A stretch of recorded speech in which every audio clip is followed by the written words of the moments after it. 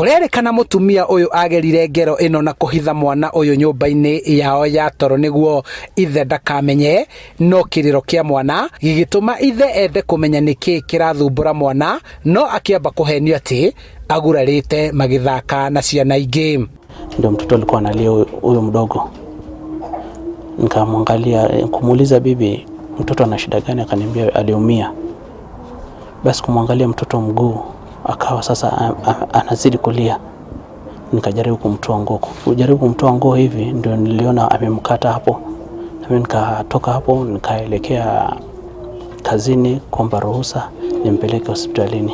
Thutha wa ithe kumenya uria kuhana na gutengeria mwana uyu thibitari, ni ahurire riboti kuri borithi, no agicoka na nyumba agikora mutumia ni arikitie gwithara.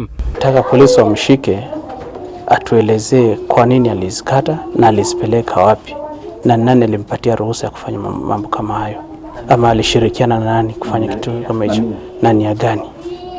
Baba yake alikuwa ametoka kazi, akaita mzee wangu. Sasa mzee wangu ndo alikuja kuniita twende kuona mtoto. Sasa kufika kwa mtoto nikamuona alikuwa amemkata. Aruna a mutumia uyu nio manyitanire gucaria ciega ici cia uciari cia kana gaka magikuwa arikia gutinia acikirie kioro. Akaniambia alimkata lakini ajui sababu. Aliniambia amerusha kwa choo. Hizo sehemu nilitafuta lakini sikuzipata mahali. Na wadu a itura riri makinyitanira na borithi gucaria mutumia uyu uria urekuwirwo orire kwao mucii kaunti-ini ya Makueni. Nilienda sasa nikaenda ngaripoti hiyo kitendo kwa polisi venye alifanya mtoto. Polisi wakaniambia watafuatilia hiyo.